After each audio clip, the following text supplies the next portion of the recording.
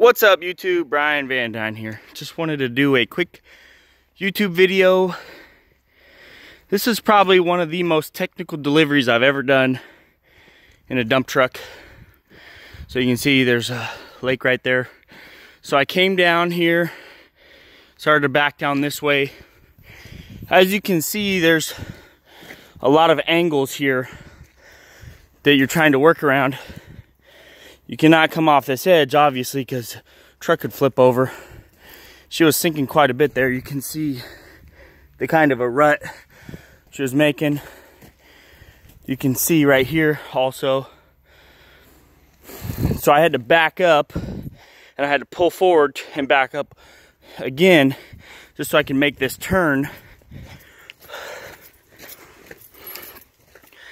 But down here is where it got even more hairier. As you can see, just trying to straighten out, I'm driving right on here. And then this is a very sensitive area for the homeowner because they have some ashes, family member there, right? So I moved the logs so I wouldn't damage any of them, but I was right on that. And I had to back up and go forward probably about 5 or 6 times right here, which is very, very difficult on this type of a slope, especially on a road that's not, you know, it's all topsoil. It's not, there's no rock. The rock stops up there, right? So this gets very, very soft. And, you know, you can see the steer tire was over here at one point. I was trying to pull forward up into this little area because this is a little pull off where he had his trailer before, you know. I was trying to pull up there, but I just did not have the traction because the ground was sinking on this side. And so I got out of the truck and I assessed the situation because this is very soft on this right side. And this is the type of thing where a dump truck can easily flip over, especially one that weighs 80,000 pounds, 82,000 pounds. And so I hopped out. I just said, okay, let's look at this. Is it going to be safer to dump it where I'm at, or should I try and roll back? Right? And that's a big risk, big risky decision. You know, you have to make that decision for yourself. I felt confident that if I just straightened out the wheel and just rolled straight back, I would be fine. I'd get over far enough. And I was able to. You can see that the steer tires were sliding right here. They were sliding this way, which is the bank, right? You don't want to slide off the bank. And I was able to get around this tree, this one right here, without the mirror hitting, which, let me tell you what, that was very, very close to hitting, right? So this is the bulkhead that I've been working on. These logs right here are from my property. We put them on this shoreline right here and position them exactly where the homeowner wants it. He's gonna fill this in with this topsoil that I'm delivering, or actually I'm gonna fill it in mostly with the excavator, but he's gonna fill it in the rest of the way, and then plant natural habitat here. Yeah, we got the big boy down in here. Let me tell you what. Buying these tires, these deep lug tires, let me tell you what. These are worth their weight in gold. You guys that put, you know, road tires on a dump truck, you're just asking to lose traction and flip your truck over. You really are. I hate to say it, you know. Maybe these deep lug tires wear out faster. I've heard people say that. I don't think so, but I've heard people say that. These tires will give you the type of traction you need so you're not, you know, really putting yourself in a worse situation than you could be, right? So you can see, here's the 120. So we got 2 cedar logs here. This is his log that he had chopped on his property. But these 2 cedar logs came from my property. and they're going to be his natural shoreline, which, you know, the Army Corps of Engineers out here, they want people to be rebuilding their shorelines with natural habitat, not you know, concrete, that type of thing.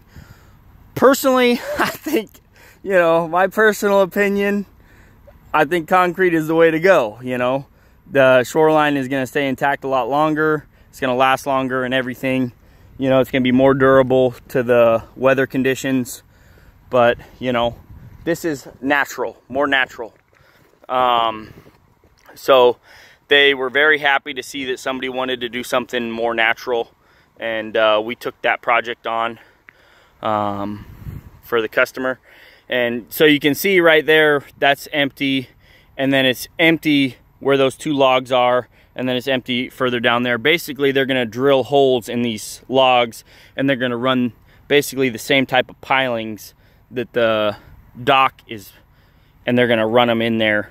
So these logs will protect the shoreline from the waves when the water comes up. Which it's very low at the moment. Very, very low.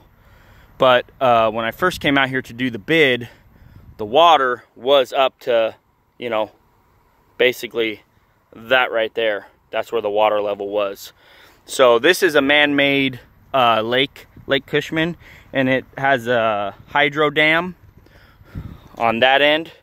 And they lower the water level in the winter because it rains so much. And so there's no need to keep all the water in there.